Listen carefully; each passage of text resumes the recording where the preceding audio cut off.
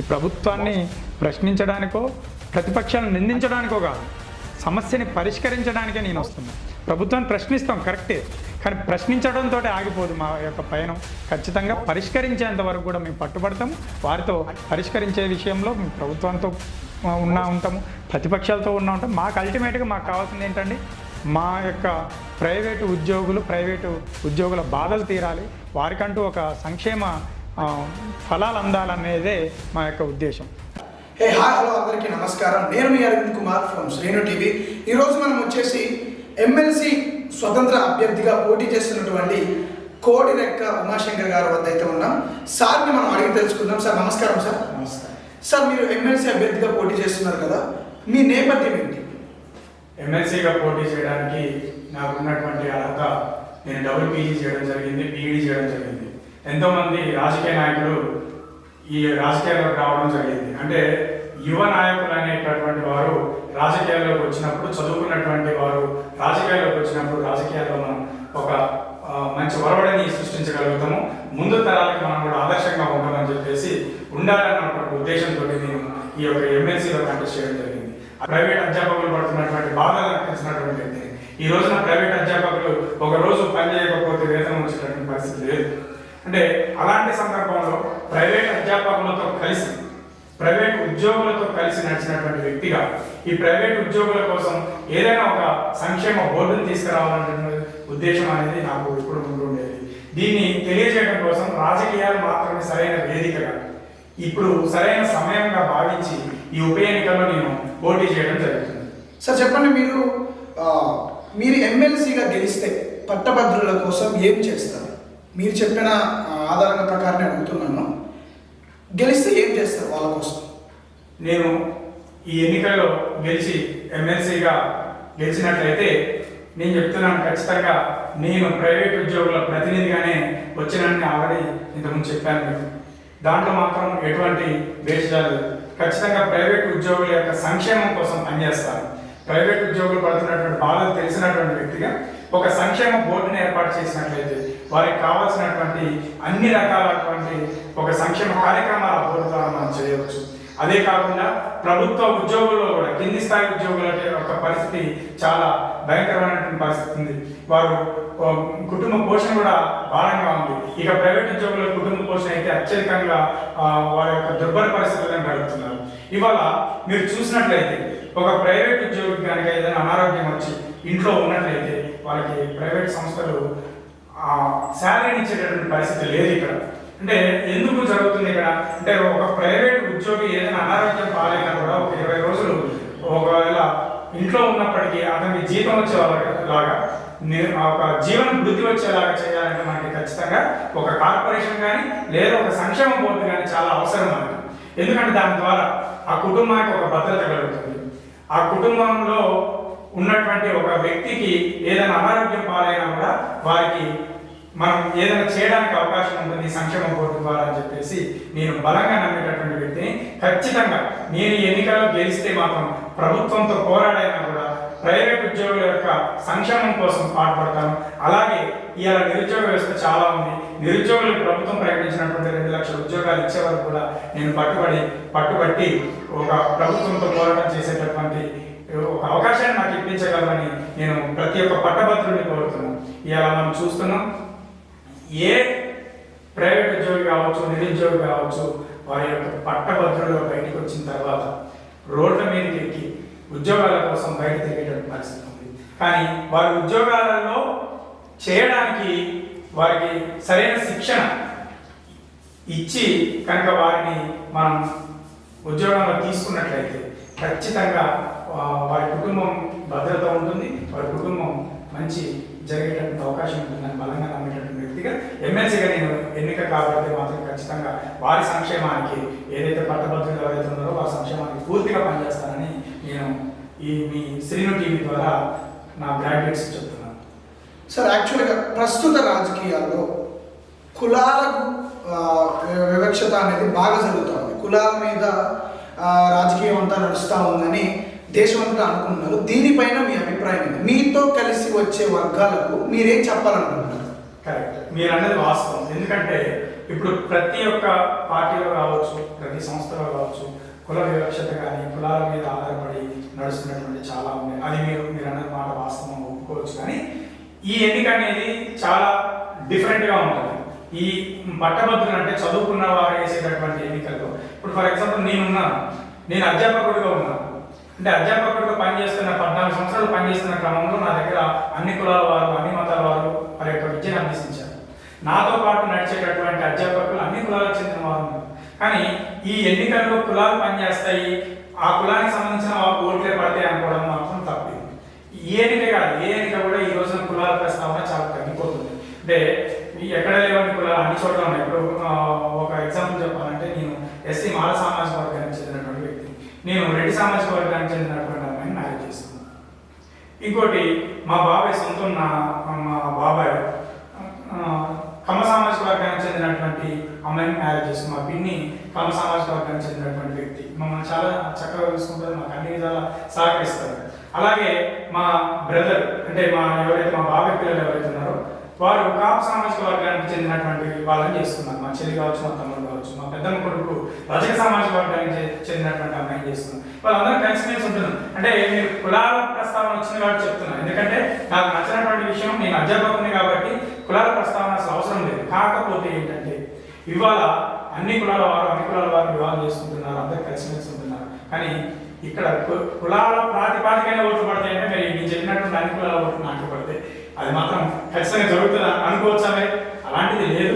ఎందుకంటే ఈ ఎన్నిక అనేది పూర్తి విరుద్ధము కులాలకి. ఇక్కడ ఏం చూస్తారు అంటే, నిరుద్యోగుల కోసం పనిచేసేటటువంటి వ్యక్తి ఎవరు, పట్టభద్రుల కోసం పనిచేసేటటువంటి వ్యక్తి ఎవరు, వారి సంక్షేమం కోసం పనిచేసేటటువంటి వ్యక్తి ఎవరు. ఇవాళ పట్టభద్రులు బయటకు వచ్చిన తర్వాత అప్లికేషన్ పెట్టుకోవడానికి కూడా వారి యొక్క స్థితి సరిపోయినటువంటి సందర్భంలో ఇలా నిరుద్యోగ వృత్తి ఇస్తానని చెప్పేసి గత ప్రభుత్వం, నేటి ప్రభుత్వం కూడా ప్రకటించింది. ఇలా దాని గురించి ఊసేలేదు. ఇలా నిరుద్యోగ వృత్తి వాళ్ళకి ఎంత చక్కగా ఉపయోగపడుతుందండి. ఇలా ఒక డిగ్రీ గ్రాడ్యుయేషన్ పూర్తి చేసుకోవాలని వచ్చినటువంటి వ్యక్తికి ఒక 3,000 4,000 నిరుద్యోగ వృత్తి కనుక నేను మీకు చెప్పిన ప్రకారం ఇచ్చి ఉంటే, ఇలా టెట్కి 2,000 రూపాయల అప్లికేషన్, ఏదో ఉద్యోగానికి అప్లై చేసుకోవాలంటే 500 నుంచి 1,000 రూపాయలు ఉంది జగన్ వాళ్ళకి. మరి వాళ్ళు అప్లై చేసుకోవాలంటే మళ్ళీ తల్లిదండ్రుల మీద ఆధారపడాల్సిన అవకాశం. అంటే ఏంటి, తల్లిదండ్రులు ఏమంటున్నారు, అరే నేను డిగ్రీ చదివించిన మళ్ళీ నువ్వు అప్లికేషన్ కానీ వాటికని వీటికని అడుగుతుంది. ఇలా ఆన్లైన్ వ్యవస్థ వచ్చింది, మొత్తం ఆన్లైన్ ఎగ్జామ్స్ జరుగుతున్నటువంటి క్రమంలో ఇలా ఆన్లైన్ ఎగ్జామ్స్ ప్రతి పట్టణంలో లేవు, 1-2 సెంటర్లు మాత్రమే ఉన్నాయి. ప్రతి ఒక్కరు మళ్ళీ ఇక్కడ 1-2 సెంటర్లు నిండిపోయిన తర్వాత వెళ్ళాల్సినటువంటి ఆవశ్యకత ఎక్కడ పడుతుందని హైదరాబాద్ అంటే ఎంత ఛార్జీలు అవుతున్నాయి. అంటే ఇది ఈ ఆన్లైన్ వ్యవస్థ మంచిదే, రిజల్ట్ త్వరితగతిన వస్తుంది, యాక్యురేట్గా ఉంటుంది. కానీ దానికి తగ్గట్టుగా మన ఆర్థిక స్థితిని కూడా మెరుగుపరచుకోవాల్సినటువంటి అవసరం ఉంది. ఇలా చాలా మంది పట్టభద్రులు వెళ్ళి కోచింగ్ సెంటర్లలో, మన గ్రంథాలయాలలో చదువుకుంటున్నారు, పట్టణాలకు వెళ్ళి రూములు తీసుకొని వంటలు చేసుకొని గ్రంథాలయాలలో చదువుకుంటున్నారు. మరి అటువంటి వారి కోసం ఈ నిరుద్యోగ వృత్తి ఖచ్చితంగా పనిచేస్తుంది. కాబట్టి ఒక్కసారి ప్రభుత్వాలు ఆలోచించాలి, నిరుద్యోగ వృత్తిని అవసరమైనటువంటి వారికి, అర్హత ఉన్నటువంటి వారికి, ఖచ్చితంగా పేదవారికి, పేద పట్టభద్రులకు నిరుద్యోగ వృత్తి ఇచ్చేదానికి ఒకసారి మీరు ఆలోచన చేయండి. మీ అభ్యర్థులు కూడా వస్తున్నారు, మీరు వాటి గురించి ఎందుకు మాట్లాడలేదు, ఒకసారి ఆలోచన చేయండి. మీరు కనుక గెలిస్తే మాత్రం ఖచ్చితంగా నిరుద్యోగ వృత్తి పట్టుబట్టి నా యొక్క పట్టభద్రులు ఎవరైతే బయటకు వచ్చారో వారికి ఆర్థిక సౌలభ్యం కోసం పనిచేస్తానని ఖచ్చితంగా చెప్తున్నాను.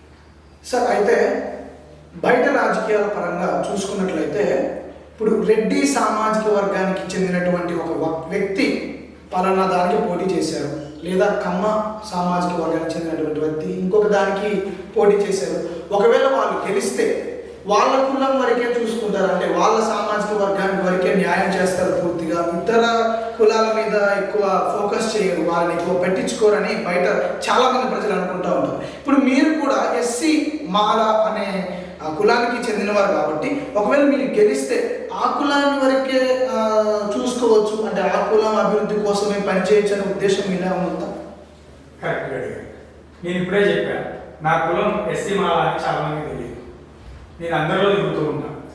నా కులం అనేది అధ్యాపకులం. మేము అధ్యాపకులం అంటే మా వద్ద అన్ని కులాల వారు విద్యను అభ్యసిస్తారు. కానీ ఏ రోజు మా టాలెంట్ని బట్టి వాళ్ళు మాతో ఉంటారు, అంటే మేము సబ్జెక్ట్ చెప్పేవాళ్ళని చెప్పి మాతో ఉంటారు. ఏ రోజు కుల ప్రస్తావన నాకు ఇక్కడ రాదు. ఎందుకంటే కులాల ప్రాతిపదికనే సేవ చేయాల్సినటువంటి అవసరం అయితే మీరు కుల సంఘాలు పెట్టుకొని అక్కడ సేవ చేయొచ్చు, తప్పలేదు. అదొక కరెక్ట్, అదొక ప్లాట్ఫామ్. కానీ మనం ఒక్కసారి చట్టసభలో ఎన్నికైన తర్వాత, చట్టసభలోకి వెళ్ళిన తర్వాత కులం, మతం, వర్గం, భేదం ఏది కూడా అక్కడ పనిచేయదు. మనం ఫస్ట్ చట్టసభలోకి వెళ్ళే ముందే మనం ప్రమాణం చేస్తాం. ఏమని ప్రమాణం చేస్తాం? నాకు ఏ వర్గముకి నేను ఉండను, నేను రాజ్యాంగం ఇచ్చినటువంటి హక్కులను బట్టి, రాజ్యాంగం కల్పించినటువంటి వాటి నుంచి నేను పనిచేస్తానని చెప్పేసి నేను ప్రమాణం చేసి వెళ్తున్నాను. కాబట్టి ఖచ్చితంగా మీరు ఆ విషయంలో మాత్రం నేను కులంతో కాదు, నేను అన్ని వర్గాల కోసం పనిచేస్తాను. పట్టభద్రుడికి ఎక్కడ అన్యాయం జరిగినా, పట్టభద్రుడికి ఎక్కడ కష్టం వచ్చినా నేను అక్కడ ఉంటాను. నా ప్రైవేటు ఉద్యోగులకి కష్టం వస్తే మాత్రం వాళ్ళ ముందుండి నడుస్తాను. అందుకే ఒక్కసారి నేను ఆలోచించండి మిత్రులారా, ఇక్కడ పార్టీలతో సంబంధం లేదు. పార్టీలకి ఇక్కడ పార్టీలో ఉన్నటువంటి వ్యక్తులకి ఓటేయాలని లేదు. మీకోసం మాట్లాడేవారు, మీతో నడిచేవారు, మీతో ఉండేవాళ్ళకి మీరు ఒక్కసారి ఓటేసి గెలిపించండి. అది నేనే కావచ్చు, ఎవరైనా కావచ్చు. నేను అందుకే చెప్తాను, స్వతంత్ర అభ్యర్థిగా నేను పోటీ చేయడానికి కారణం కూడా అది. ఎందుకంటే ఒక స్వతంత్ర అభ్యర్థికి ఉండేటటువంటి యాక్సెస్ పార్టీలో ఉండేటటువంటి వాళ్ళకి ఉండదు. సరే వాళ్ళ కార్యకర్తలు పనిచేస్తారు కావచ్చు, కానీ వాళ్ళ స్వతంత్ర అభ్యర్థిగా నేను పెట్టుకున్న ట్యాగ్ లైన్ వేసుకున్నాను అంటేనే నేను స్వతంత్రంగా మీ అందరి కోసం పనిచేస్తానని చెప్పేసి, నాకు ఎటువంటి ఒత్తిడి ఉండదు అని నేను మీ అందరికీ చెప్పడం ఈ వేదిక ద్వారానే నేను చెప్తున్నాను. ఎందుకంటే నేను స్వతంత్ర అభ్యర్థిని, ఏ కులానికి ఒక కులానికి పనిచేసేటటువంటి వ్యక్తిని కాదు, చేయను కూడా. ఖచ్చితంగా అన్ని వర్గాల కోసం పనిచేస్తానని మీ శ్రీను టీవీ ద్వారానే నేను మా యొక్క అందరికీ గ్రాడ్యుయేట్స్ చెప్తాను. సార్, అయితే రీసెంట్గానే ఎంపీ ఎన్నికలు అనేవి జరిగాయి. సో ఎంపీ ఎలక్షన్స్ జరిగిన అతి తక్కువ సమయంలోనే ఎమ్మెల్సీ ఎలక్షన్స్ కూడా రావడం జరిగింది. సో మీకు మేబీ షార్ట్ టైం ఉంటుంది కాబట్టి ప్రచారం చేసుకోవడానికి అంత టైం మీకు దొరకకపోవచ్చు. సో చెప్పండి, మీ ప్రచారం అనేది ఎలా కొనసాగుతుంది? లేకపోతే ఆ ఎంపీ ఎలక్షన్స్ మీ ఎమ్మెల్సీ ఎలక్షన్స్ మీద ఏమైనా ప్రభావం చూపెడుతుందా? మీరు ఏ విధంగా ప్రచార సరళి అనేది కొనసాగుతుంది? అయితే యాక్చువల్గా మే 13 తర్వాత మాకు ప్రచారం చేసుకోవడానికి చాలా తక్కువ ఉంది. ఎంపీ ఎలక్షన్ల తర్వాత నేనైతే నా ప్రచార సరళిని పూర్తిగా సోషల్ మీడియా ద్వారానే చేయడం జరుగుతుంది. ఎవరైనా మిత్రులు, పూర్వ విద్యార్థులు ఎవరైతే ఉంటో వాళ్ళని కలవడం జరుగుతుంది. అయితే యాక్చువల్గా దీనికి నా కుటుంబ సభ్యులు కావచ్చు, పూర్వ విద్యార్థులు కావచ్చు, ముఖ్యంగా నా అధ్యాపకులు ఎవరైతే ఉన్నారో వీళ్ళంతా కూడా సోషల్ మీడియాలో విస్తృతమైనటువంటి ప్రచారం చేస్తున్నారు. అదే కాకుండా నాకు పూర్తిగా శ్రీను టీవీ నుండి కూడా నాకు పూర్తి మద్దతు లభిస్తుంది. ప్రచారంలో నాకు సహకరిస్తున్నారు. ఉద్యోగం ఉన్న వాళ్ళకి వాళ్ళ కుటుంబం చూసుకోవడానికి వాళ్ళకు ఓకే. ప్రైవేట్కి కానీ గవర్నమెంట్కి కానీ ఏ ఉద్యోగికైనా సరే వాళ్ళ కుటుంబాన్ని పోషించడానికి, ముందుకు నడిపించడానికి వాళ్ళకు ఓకే. మాకు ఒక ఆధారం అనేది ఉంది అనక, మాకు మంత్లీ ఇంత ఇన్కమ్ అనేది వస్తుంది, సో మేము మా పిల్లల్ని కానీ మా కుటుంబాన్ని కానీ చూసుకోవచ్చు అని వాళ్ళు అనుకుంటారు. సార్, నిరుద్యోగులపైన మీ వైఖరి ఏంటి? నిరుద్యోగులపైన మీ ఉద్దేశం ఏంటి? అయితే ఈ నిరుద్యోగి వ్యవస్థని భారతదేశ వ్యాప్తంగా ఇది ఒక ప్రాంతానికో రాష్ట్రానికో సంబంధించింది కాదు. ఈ నిరుద్యోగ వ్యవస్థ అనేది భారతదేశ వ్యాప్తంగా వేలునుకొనున్నది. అంటే ఈ రోజుల్లో మనం ఎన్ని ఉద్యోగాలు వేసినప్పటికీ ప్రతి సంవత్సరం, నేను డిగ్రీ కాలేజ్ లెక్చరర్గా నాకు తెలుసు, ప్రతి సంవత్సరం కొన్ని లక్షల మంది విద్యార్థులు తన డిగ్రీ పట్టాన్ని పుచ్చుకొని బయటకు వస్తున్నారు. వారందరికీ కూడా మనం ఉద్యోగాలు కల్పించే అవకాశం అనేది, ప్రభుత్వ ఉద్యోగాలే అంటే కల్పించే అవకాశం ఉంది. అందుకే ఏం చెప్తున్నానంటే, ఈ రాష్ట్ర ప్రభుత్వాలు కావచ్చు, కేంద్ర ప్రభుత్వాలు కావచ్చు, పూర్తిగా డిగ్రీ నుంచి ఒక గ్రాడ్యుయేషన్ పూర్తి చేసిన పట్టభద్రుడై బయటకు వచ్చినటువంటి వ్యక్తికి ఒక భరోసా కల్పించాలి. వాళ్ళకి ఏంటంటే ఒక బోర్డును కానీ, లేదా ఒక సంక్షేమ బోర్డును కానీ, లేకపోతే ఏదైనా ఒక కార్పొరేషన్లో వాళ్ళ యొక్క పేరును నమోదు చేసుకొని వారికి సంబంధించినటువంటి, వారికి దేంట్లో అయితే నైపుణ్యం ఉందో ఆ నైపుణ్యాన్ని పరిశీలించి దాంట్లో శిక్షణనిచ్చి, వారు ఏదైనా ఒక నిరుద్యోగి అనేటటువంటి వ్యక్తి ఒక బిజినెస్ చేసుకోవడానికి, ఒక వ్యాపారం చేసుకోవడానికి మనం పూర్తి స్థాయిలో వారికి ఎటువంటి బ్యాంకులతో సంబంధం లేకుండా లోన్లను కనుక మనం ఇప్పించినట్లయితే, బ్యాంకులతో సంబంధం లేకుండా లోన్లను ఇప్పించినట్టయితే వారి యొక్క కుటుంబం అనేది ఈ నిరుద్యోగ వ్యవస్థ నుంచి కొంత బయటపడేటటువంటి అవకాశం ఉంది. వారికి నిరుద్యోగులకి మనం ప్రతి సంవత్సరం క్యాలెండర్ని వేస్తూ, ప్రతి సంవత్సరం ఈ టైంలో ఈ ఉద్యోగం ఉండాలి అంటే, ఈ టైంలో ఎగ్జామ్ ఉందంటే ఖచ్చితంగా ఎగ్జామ్ పెట్టేటట్లుగా క్యాలెండర్ వేస్తూ అదొక సెక్టార్, అదొక ప్రాసెస్. అలానే ఎవరైతే కొంతమంది ఒక ఎంటర్ప్రెన్యూర్గా వెళ్ళాలనుకున్నట్లయితే వాళ్ళకి రుణాలను వెంటనే మంజూరు చేస్తూ, బ్యాంకుల ద్వారా కానీ సంస్థల ద్వారా రుణాలను మంజూరు చేస్తూ వాళ్ళు ఏదైనా ఒకటి ఏర్పాటు చేసుకోవడానికి ఒక శిక్షణను ఏర్పాటు చేసి ఆ విధంగా వారికి నిరుద్యోగ వ్యవస్థని కొంచెం తగ్గించేటటువంటి అవకాశం ఉండొచ్చు. దాని వైపుగా నేను ఖచ్చితంగా పనిచేస్తాను. ప్రభుత్వాలతో కొట్లాడైనా కూడా ఏదైనా కార్పొరేషన్ కానీ బోర్డును కానీ ఏర్పాటు చేసే విధంగా నేను పనిచేస్తానని చెప్తాను. సార్ అదేవిధంగా మీరు పట్టభద్రులకి ఇచ్చే హామీలు ఏమన్నా ఉన్నాయా? నేను పట్టభద్రులకు ఒకటే హామీ ఇస్తున్నా. పట్టా చేత పట్టుకొని బయటకు వచ్చిన వెంటనే వారి కోసం ఏదైనా ఒక జీవన భృతి కానీ లేదా ఉద్యోగ భద్రత కోసం ఏదైనా చేయడానికి అవకాశం ఉన్నంత వరకు వాళ్ళకి నేను చేయడానికి కృషి చేస్తాను. ఫస్ట్ ఈ జీవనభృతి అనేది చాలా అవసరం. ఎందుకంటే ఒక కుటుంబాన్ని నడిపించే పెద్దగా ఒక గ్రాడ్యుయేషన్ కంప్లీట్ చేసుకొని వాళ్ళు ఒక 2-3 సంవత్సరాల శిక్షణను పూర్తి చేసుకొని వారి జీవనం గడుపుకోవడం కోసం ఒక జీవనభృతి అనేది చాలా ఉపయోగపడుతుంది. ఇక చాలామంది కోచింగ్ సెంటర్ల మీద ఆధారపడి ఎంతోమంది విద్యార్థులు నిరుద్యోగ వ్యవస్థను నిర్మూలించడం కోసం, ఉద్యోగం చేయడం కోసం ఎంతోమంది విద్యార్థులు వెళ్తున్నారు. వారికి ఒక ఉచిత లైబ్రరీలు ఏర్పాటు చేయటము, ఉచిత స్టడీ హాల్స్ని ఏర్పాటు చేయటము, వారికి ఉచిత కోచింగ్ సెంటర్లను ఏర్పాటు చేయడం అనేది మనం చేపించడానికి కూడా మనం చట్టసభల్లో పట్టుబడతాను. అలాగే ఈ ప్రైవేట్ ఉద్యోగులకి వారి యొక్క భద్రత కోసం ఖచ్చితంగా పనిచేస్తానని ఆల్రెడీ ఇంతకుముందు చెప్పే ఉన్నాను. వారి యొక్క బోర్డును ఏర్పాటు చేసి దాని నుంచి ఒక ఇన్సూరెన్స్ కానీ, వారు పని చేయలేనటువంటి వాళ్ళు ఉంటారు. ఒక 40 ఏళ్ళు 45 ఏళ్ళ తర్వాత ప్రైవేట్ ఉద్యోగం వాళ్ళు చేయలేరు. వాళ్ళు ఇంటికి పరిమితం అయ్యేటటువంటి అవకాశాలు ఉంటాయి. ఎందుకంటే వాళ్ళు ఎక్కడికి పోయినా కూడా ఆ జీతంతో బతకలేరు, పని చేయలేరు. ఆ పని చేయనటువంటి వ్యక్తికి వారికి ఒక భృతి అనేది, జీవన భృతి అనేది ఆ టైంలో సాధ్యపడుతుంది, ఉపయోగపడుతుంది. ముందుగా దానికోసం కూడా నేను ప్రయత్నం చేస్తాను. ఏ అవకాశం ఉన్నా పట్టభద్రుల కోసం ఈ రోజు వరకు కూడా పట్టభద్రులుగా ఎన్నికైనటువంటి ఎమ్మెల్సీలు ఎవరు కూడా చట్టసభలో పట్టభద్రుల గురించి మాట్లాడలేదు. ఈ రోజున నేను ఎన్నికైతే మాత్రం ఖచ్చితంగా నా పూర్తి శ్వాస ధ్యాస మొత్తం పట్టభద్రుల మీదనే ఉంటుంది. పట్టభద్రులకు ఏది కావాలన్నా కూడా ప్రభుత్వాన్ని ప్రశ్నించి అడిగి నేను చేసేటటువంటి అవకాశం ఎంతవరకు ఉంటే అంతవరకు నేను పోరాడుతానని వారికి హామీ ఇస్తున్నాను. సార్ అయితే ఇదే విధంగా ఇదివరకు ముందు కూడా ఎమ్మెల్సీ ఓట్లకి పోటీ చేసిన వారు మీరు ఇచ్చిన హామీల కంటే ఎక్కువగా ఇచ్చారు. అరే వాళ్ళు ఎలక్షన్స్ ముందే ఇట్లా ఇస్తారు తప్ప ఎలక్షన్ అయిపోయిన తర్వాత ఒకసారి ఓట్లు అనేది లెక్కించబడ్డ తర్వాత విన్ అయినాక మమ్మల్ని పట్టించుకోరు అనేది ప్రజలలో బాగా కలుగుతున్నటువంటి సందేహం ఇది. ఏంటంటే ఎలక్షన్స్ ముందే చెప్తారు తప్ప ఎలక్షన్స్ తర్వాత ఎవరు పట్టించుకోరు. దాని మీద మీ అభిప్రాయం? అలా అనుకుంటున్న ప్రజలకి మీ నుంచి ఏం సందేహం ఇస్తారు? అవును, అయితే యాక్చువల్గా ఏంటంటే మీరు ఇదే చూడండి, దీంట్లో పూర్తిగా ఓటు హక్కును వినియోగించుకునే వాళ్ళల్లో ఒక 50% ప్రైవేటు ఉద్యోగులు, అధ్యాపకులు, ప్రైవేటు టీచర్లు ఉంటారు. అంటే మనం ఇంతకుముందు నేను క్యాంపెయినింగ్ కొంతమందికి కూడా చేశాను. వారు ఆ సందర్భంలో డైరెక్ట్గా మనం వెళ్ళి విద్యా సంస్థల్లో ఉండేటటువంటి అధ్యాపకులు, టీచర్లని ఓటు అడిగి వారి ద్వారా ఎన్నుకోబడి గ్రాడ్యుయేట్స్ ద్వారా ప్రైవేట్ ఉద్యోగుల ద్వారా ఎన్నుకోబడినటువంటి ఎమ్మెల్సీలు ఈ రోజున ప్రైవేట్ ఉద్యోగులకు ఏం చేశారనేది వాళ్ళు ఒకసారి ప్రశ్నించుకోవాలి. ఎక్కడ మాట్లాడి ఉంటే దానికి సంబంధించి వాళ్ళ కోసం చేసినటువంటి ఏవైనా సంక్షేమ కార్యక్రమాలు ఉంటే వాళ్ళు చెప్పుకొని ఈ రోజున ఓట్లు అర్థించడంలో తప్పులేదు. అది వాళ్ళకే తెలుసు. అంటే పట్టభద్రులు ఆల్రెడీ అన్నీ గమనిస్తున్నారు.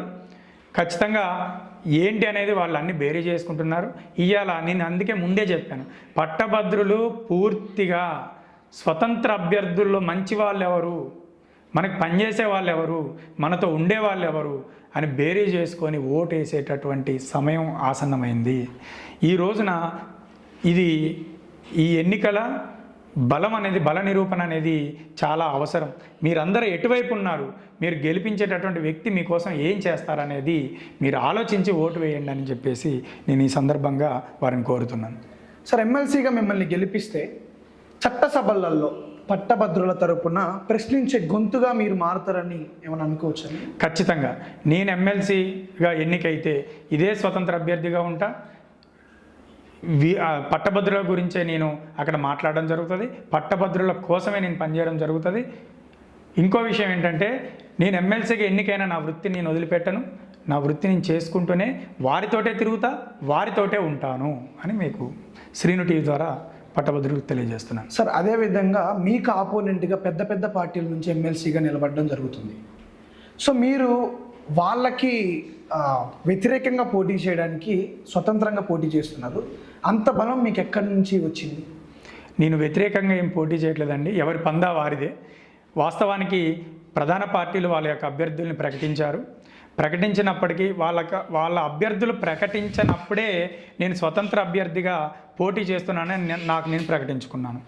కారణం ఏంటంటే అదే చెప్తున్నాను కదా, నేను పడిన బాధలు కావచ్చు, ప్రైవేటు ఉద్యోగులు పడిన బాధలు కావచ్చు, వారికంటూ ఒక వ్యక్తి అవసరం, వారి ముందు నడిచేదానికి ఒక వ్యక్తి అవసరమైన ఉద్దేశంతో నేను వారికంటే ముందే చేశాను. నేను అనుకోవడం నో కామెంట్స్, ఎందుకంటే ప్రతి ఒక్క రాజకీయాల్లో పోటీ చేయాలి, చేస్తారు. వాళ్ళకు ఉన్నటువంటి వెసులుబాటు ప్రకారం వాళ్ళు ప్రధాన పార్టీలతోటి ఉన్నారు కాబట్టి చేస్తున్నారు. కాబట్టి వాళ్ళ శక్తి సామర్థ్యాలను కూడా మన పట్టభద్రులు అంచనా వేస్తారు. ఓటు అనేది అంతిమంగా ఓటు వేసేది పట్టభద్రులు కాబట్టి నేను దీని గురించి ఒక అభ్యర్థి గురించి కానీ నేను ఎవరి గురించి కామెంట్ చేయట్లేదు. నేను ముఖ్యంగా ఒకటే చెప్తున్నా, ఈ ప్రభుత్వాన్ని ప్రశ్నించడానికో ప్రతిపక్షాలను నిందించడానికో కాదు, సమస్యని పరిష్కరించడానికే నేను వస్తున్నా. ప్రభుత్వాన్ని ప్రశ్నిస్తాం కరెక్టే, కానీ ప్రశ్నించడంతో ఆగిపోదు మా యొక్క పయనం. ఖచ్చితంగా పరిష్కరించేంత వరకు కూడా మేము పట్టుబడతాము. వారితో పరిష్కరించే విషయంలో మేము ప్రభుత్వంతో ఉంటాము, ప్రతిపక్షాలతో ఉంటాం. మాకు అల్టిమేట్గా మాకు కావాల్సింది ఏంటండి, మా యొక్క ప్రైవేటు ఉద్యోగుల బాధలు తీరాలి, వారికంటూ ఒక సంక్షేమ ఫలాలు అందాలనేదే మా యొక్క ఉద్దేశం. అంటే ఇవాళ చాలా చూస్తున్నాము, చాలా కార్పొరేషన్లు ఏర్పాటు చేశారు మన ముఖ్యమంత్రి గారు, చాలా బోర్డులు ఉన్నాయి. దాంతోపాటు ఇది ఒక బోర్డు తీసుకురండి, కులానికి ఒక కార్పొరేషన్ ఇచ్చారు, తప్పులేదు, ఎందుకంటే అది అవసరమే. నేను ఎవరిని విమర్శించేటటువంటి వ్యక్తిని కాదు. అందుకే నా పక్కన చాలామంది విద్యార్థులు, పూర్వ విద్యార్థులు కానీ అధ్యాపకులు కానీ నాతో ఉంటారు. ఎందుకంటే నేను ఎవరిని విమర్శించట్లేదు, మీరు చేశారు, దీనికి కూడా ఒక కార్పొరేషన్ ఇవ్వండి అని అడుగుతున్నాం మేము. దాని ద్వారా సంక్షేమ ఫలాలు అందరికీ అందేలా చూడండి అని మేము అడుగుతున్నాం. ఆ దిశగానే నేను ప్రయత్నం చేస్తాను. సార్ ఓకే, అదేవిధంగా మన ఛానల్ తరపు నుంచి చాలామంది ప్రజలైతే ఈ యొక్క ఇంటర్వ్యూని అయితే చూస్తూ ఉన్నారు. ఓటు వేయడానికి వెళ్ళే ఎవరైతే ఉన్నారో ప్రజలు, వాళ్ళకి మీరు ఏం సందేహం ఇవ్వాలనుకుంటారు మా ఛానల్ ద్వారా? నేను ముఖ్యంగా పట్టభద్రులు అందరికీ చెప్తున్నాను, మీరు చాలామంది 4,68,000 మంది పైచీలకు పట్టభద్రులు దీంట్లో నమోదవ్వడం జరిగింది. అంటే నమోదు చేసుకోవటం ఆన్లైన్లో మనం నమోదు చేసుకుంటాం. అంటే ఒక రూమ్లో కూర్చొని ల్యాప్టాప్లోనో ఫోన్లోనో మనం ఓటుని నమోదు చేసుకోవచ్చు. తర్వాత బిఎల్ఓలో వెరిఫికేషను, దాంట్లో మీకు ఓటు హక్కును కల్పించింది ప్రభుత్వం. అది మనకి ఒక ఎలక్షన్ కమిషన్ అనేది మనకి ఒక బాధ్యతని మనకి ఇచ్చింది, మీకు ఓటు హక్కును కల్పించింది. ఈ ఓటు హక్కుని వినియోగించుకోవాల్సినటువంటి బాధ్యత మే 27వ తారీఖు ప్రతి ఒక్కరి మీద ఉంది. ఇవాళ మనం ఏదన్నా అడగాలి అంటే ఖచ్చితంగా ఓటు హక్కును వినియోగించుకుంటేనే అడగగలుగుతాం. నేను ఓటు హక్కును ఎంపీలో ఓటు హక్కును వినియోగించుకున్నా, ఎమ్మెల్యేకు ఓటు హక్కును వినియోగించుకున్నాను. నాకు ఎందుకంటే భారత రాజ్యాంగం మీద పూర్తి అవగాహన, నాకు భారత రాజ్యాంగం మీద పూర్తి నమ్మకం ఉంది. భారత రాజ్యాంగం మీద నమ్మకం ఉన్నటువంటి ఏ వ్యక్తి అయినా తన ఓటు హక్కుని వినియోగించుకోవాల్సినటువంటి అవసరం ఉంది. ఇవాళ మీరు ప్రతి ఒక్కళ్ళు ఇళ్ళ నుంచి రండి, ఓటు హక్కును వినియోగించుకోండి. ఓటు హక్కును మీకు నచ్చినటువంటి అభ్యర్థికి, ఇది ఒక డిఫరెంట్ ఓటు, ముందే చెప్పా. మీరు ఇక్కడ ప్రిఫరెన్స్ ఓటింగ్ ఇది, అంటే మీరు 1, 2, 3 అలా మీకు నచ్చినటువంటి అభ్యర్థులకు ఓటు హక్కును వినియోగించుకునేటటువంటి అవకాశం ఉంది. కాబట్టి ఖచ్చితంగా ఇది ఒక డిఫరెంట్, కొత్తగా నూతనంగా ఓటు హక్కుని పొందినటువంటి విద్యార్థులకు కావచ్చు, ఉద్యోగులకు కావచ్చు, వారికి కూడా ఇది ఒక డిఫరెంట్ ఎక్స్పీరియన్స్ని మీకు కలిగిస్తుంది. కాబట్టి ఖచ్చితంగా ఇంట్లో కూర్చోకండి. ఆ రోజు మే 27వ తారీఖు ఓటు హక్కుని వినియోగించుకోండి. ఖచ్చితంగా 23 సీరియల్ నెంబర్ నాది, కోడిరెక్క ఉమాశంకర్ అనేటటువంటి నా పేరు పక్కన ఒక చిన్న బాక్స్ ఉంటుంది. దాని మీద మొదటి ప్రాధాన్యత ఓటు ఇచ్చి నాకు అత్యధిక మెజార్టీతో గెలిపించాలని మన శ్రీను టీవీ ద్వారా నా యొక్క గ్రాడ్యుయేట్స్ అందరికీ, పట్టభద్రులు అందరికీ కోరుతున్నాను. Thank you sir. అదేవిధంగా మీరు అన్నట్లుగానే ఎమ్మెల్సీగా మీరు గెలవాలని, మీరు ఇచ్చిన హామీలన్నీ గెలిచిన తర్వాత అమల్లోకి రావాలని, పట్టభద్రుల తరపున ప్రశ్నించే గొంతుగా మీరు మారాలని మేము కూడా మీరు ఏ విధంగా అయితే కోరుకుంటున్నారో అదే విధంగా కోరుకుంటూ సెలవు తీసుకుంటున్నాం. థ్యాంక్ యూ అరవింద్ గారు. Thank you very much.